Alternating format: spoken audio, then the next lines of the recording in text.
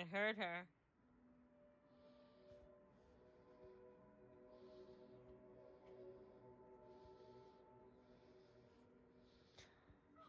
can't wait to meet a real terra firmian. I'm totally gonna sacrifice myself in the name of the rebellion. Oh, and then I can hunt down your attackers and avenge your death. Aw, that's sweet. There! Claw marks! Proof they were here. Even better! The tremors exposed 3 kinds of rock. Schist, marble, and gneiss. Ooh, do I spy some shale? How's that better than subway monsters? Because my thing's real. How can you dismiss this after all the stuff we've seen with Mr. McDuck? Most of that is actually logged in the guidebook. Even the headless man horse? It's a big book. Anything new, I add myself.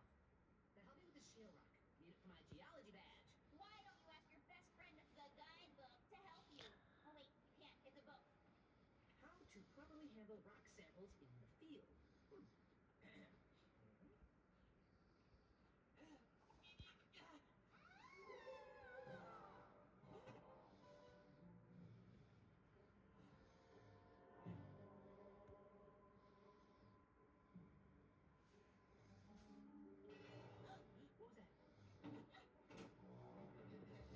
Hi everyone, and welcome back to the studio. So you can see here I have a lot of yarn in front of me, and that's because I'm going to make a second blanket using the Sab Stuffies chunky finger knit blanket. You saw the first couple of clips before the intro and the thumbnail, but I figured since I have all of this yarn, why not make myself one? That first one, the blue one, was for my mom. Figured use some of the colors that I like to make myself one, and then I'll probably make my sister one at some point. So these colors, this one is Bernat Blanket Celeste extra thick yarn, so Bernat Blanket extra thick Celeste, and the color Comet Gold. And then this pink one is the same one, Bernat Blanket extra thick Celeste, and the color Jupiter Red. The colors that I used for the blue one were Bernat Blanket extra thick yarn in Cobalt, and then Bernat Blanket extra thick Celeste in Nebula Blue. But these ones are going to be for my blankets, and I thought I'd bring you along with a little bit more of the process and the actual making of it for this one. So the way I plan to do this is to have this one be first, and then this pink one, the red one, in the middle, and then this one, to alternate between them. So yeah, I have not decided how long I want it yet. This way, or long is not the correct word. I've not decided how wide I want it. I know the maximum width I want, but I haven't decided like if I want to go all the way to that maximum width or if I want to go slightly smaller. So we'll see. Also, like with a lot of my crochet videos where I'm actively crocheting in the video, I had Hilda playing in the background. As I've mentioned before, that seems to be my go-to background crocheting show. So it is what it is for right now. Okay, said I was going to start this end.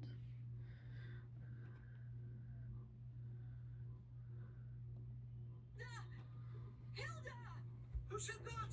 It's a ghost! You know what? That would go well in my speech.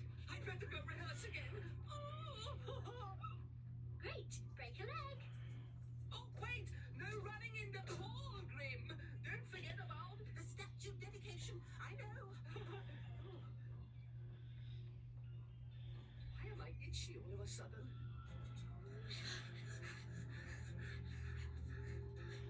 There! It's in the ventilation system. You'll have to crawl in after it. Allow me. A sparrow scout is always prepared. Okay, so this is my foundation chain. I didn't go quite as long as the blue one. The blue one was 30 stitches, 30 loops. This one is just 25, so it's not quite as long, but close enough. And then I'm going to just start working the rest of the blankets, like I said, through this part, and then moving on to this pink one, and then ending off with that one.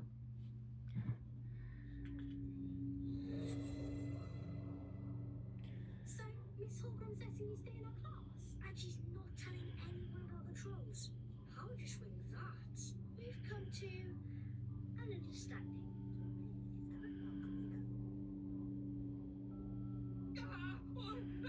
I have terrible news! Horrible news! It's a catastrophe! Oh, my heart hurts! Oh, please, no! Why? What happened? The statue dedication is cancelled! Ah! Ah! Ah!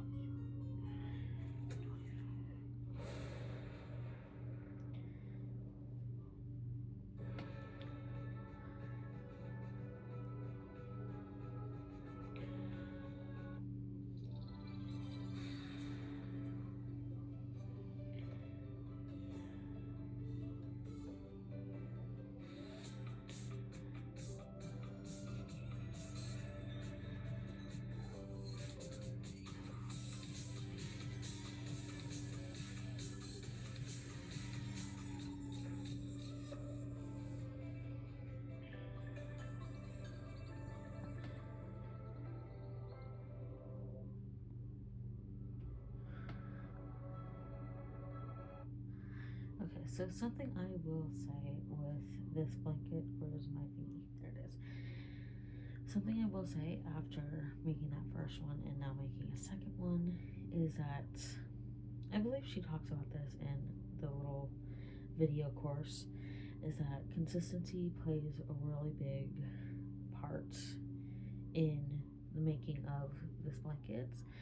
Like, something I've been doing is with each, it's kind of hard to tell from all over there, but with each loop you pull up, I always make sure that like 2 of my fingers can fit into the loop for the size of it, because in that way it just makes it a little bit easier to stay consistent and not do loops that are too big or too small. And I've also noticed that that helps with not missing a loop. Sabrina did do a video on how to fix a missed loop when you're making this chunky knit blanket. But making sure you're consistent from the beginning, and there's this loop. And like, something that I do is if I'm bringing up a new loop, sometimes I will tug a little bit on the yarn from the previous loop, so I always try to pull up a little bit extra just to make sure that that previous loop can still be the same size as my other loops. So consistency is just a really big thing with this blanket. If you don't care so much about consistency, then like, you do you, but it will show in this kind of a project, in this kind of a final item. It will show that it wasn't as consistent. Again, if that doesn't bother you as much, then go for it, but keep that in mind.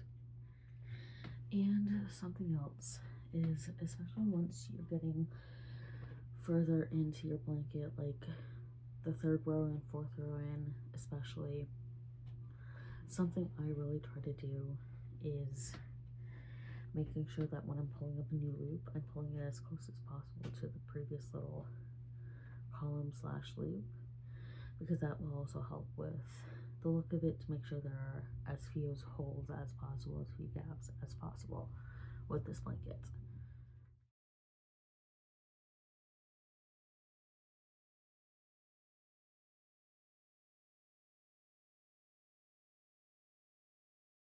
Okay, So I'm almost done with this first skein of the Comet Gold, and I don't want to undo the work I've done, so I've got to be careful about this.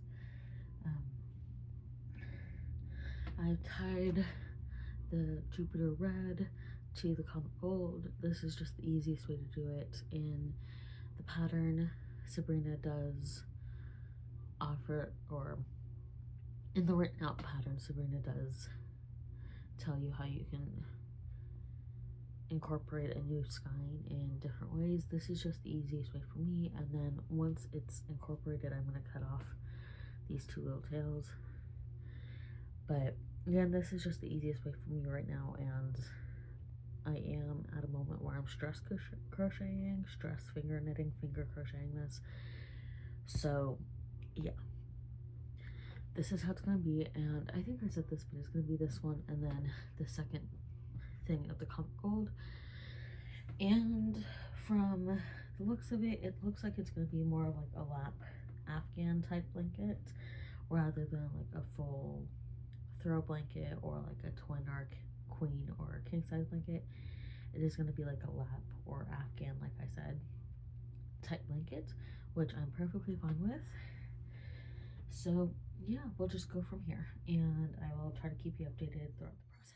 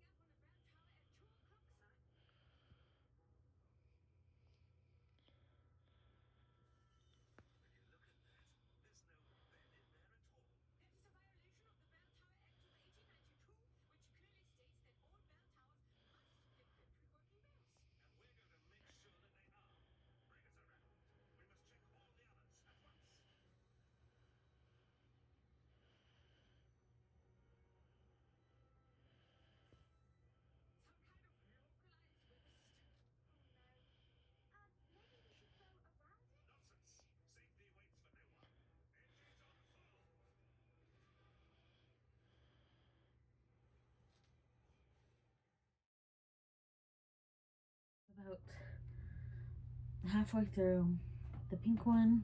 This one's I'm about halfway through in general. What I will say / recommend is if you want to go for a larger blanket for this, get the Bernat blanket yarn extra thick, the Jumbo 7 yarn, and specifically try to get it from Joann's, because their skeins of these have 72 yards per skein for $12.99, $13, whereas like Michael's you'll get like 36, half of that for the same price in one skein. I'm not sure about like the Hobby Lobby price because I have not shopped at Hobby Lobby before.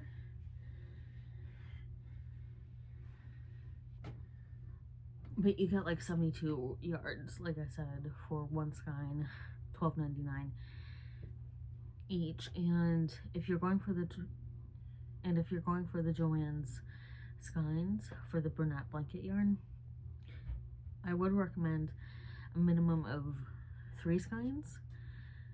If you're going anywhere between 15 to 20 foundation chain stitches, loops, 15 to 20 loops for your foundation chain, and then upwards, get at minimum 3. If you're doing 25 and up, then I would recommend getting 4 skeins. Excuse me, sorry. Again, apologies, my recent videos have been very unedited because things have just been stressful. But getting back on topic, if you're doing like 25 to 30 plus, I would recommend 4 of of these things. Again, this is the 72 yard ones from Joann's.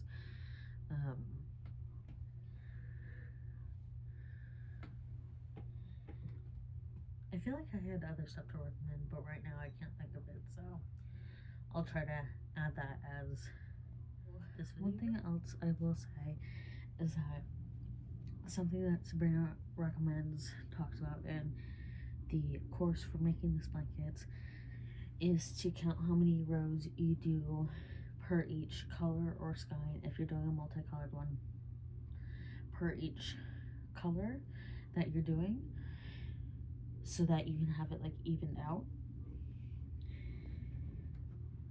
That is not something that I'm doing with this blanket specifically. It's not something I did with the blue one, mainly because I'm just going with the flow here. And with this yellow, I just went until I was at the end of the skein. With the pink, that's what I'm doing here. And then with this yellow, I'm going to try to use most of this one. Excuse me. I won't be using all of it because I need to finish the blanket off and I need to add that last row and close it off. So I won't be using all of this skein. I'll be using it enough so that it looks evened out or somewhat evened out, but I won't be using all of it. However, if that is not something that you would want to do, I would recommend doing what Sabrina suggests in the pattern, both in the written out pattern and in the videos where you count out the rows you do per color or per skein. And then that way you can have the next one match that, the next skein or the next color match that, and then the third one you can also match that. So again, like I said, that's not something I'm doing just because I'm going with the flow here. And right now this is more of like a stress relief thing with all the fires going on right now. I am recording this during all of the fires that are going on in Southern California where I'm at. And this video is going up well after that, and by the time this video is up, I am safe and secure. During the time that I'm recording this, I'm also safe. I am ready to evacuate if I need, but a lot of my yarn will be staying here. I'm planning to bring this blanket once it's finished. I am planning to bring it even if it's not finished so I can continue working on it. But a lot of my yarn, like the yarn you see right there, and I have a lot of yarn off to the side as well, that will be, and a lot of yarn up in my cabinet space. A lot of that yarn is staying here, so hopefully we continue staying out of the way. And like, I will try to update, at least on my Instagram, with how things are going. So, but again, at this point, when this is getting uploaded, that this has like no relevance, so hopefully I don't have to evacuate. Hopefully I didn't have to evacuate and that everything is fine, but that is still a worry for me at the time that I'm recording this. So I will update the description with what exactly happened, because right now I do not know. And again, this is recorded and scheduled for publishing when those fires are going on, but once this video is published on YouTube, it's well past that. So I will try to have the, like I said, I will try to have the description updated with that information. If I don't, just comment on the video asking and I will update the description. So yeah, things are very stressful. Okay, so I've now moved on to this last skein of yarn. You can barely see it, but you can maybe see this corner best-ish. So I've moved on to this last one, and I think I'm going to wrap up the video here because I don't want to do too much on camera since this is not my pattern. So far, I think this is my favorite pattern from Sabrina Stuffies. I really like all the patterns that I've done with her. the jellyfish, the octopus, the bumblebee, the mini Beatrice the bee, the pillow as well, the pillow poof. I've loved all of the patterns that I've done from her, but I think this one is my favorite just because it's literally, for me at least, the least amount of brain power needed, especially once you get into the flow. Like the first two rows do require, the first two and then the very last row do require a little bit more thinking and thought, but once you're really in the flow, very little brain power is needed. So yeah, I think this is my favorite pattern so far from Sabrina from Stuffies. Again, this is linked down below in the description. Thank you all for watching, and I'll see you all in my next video.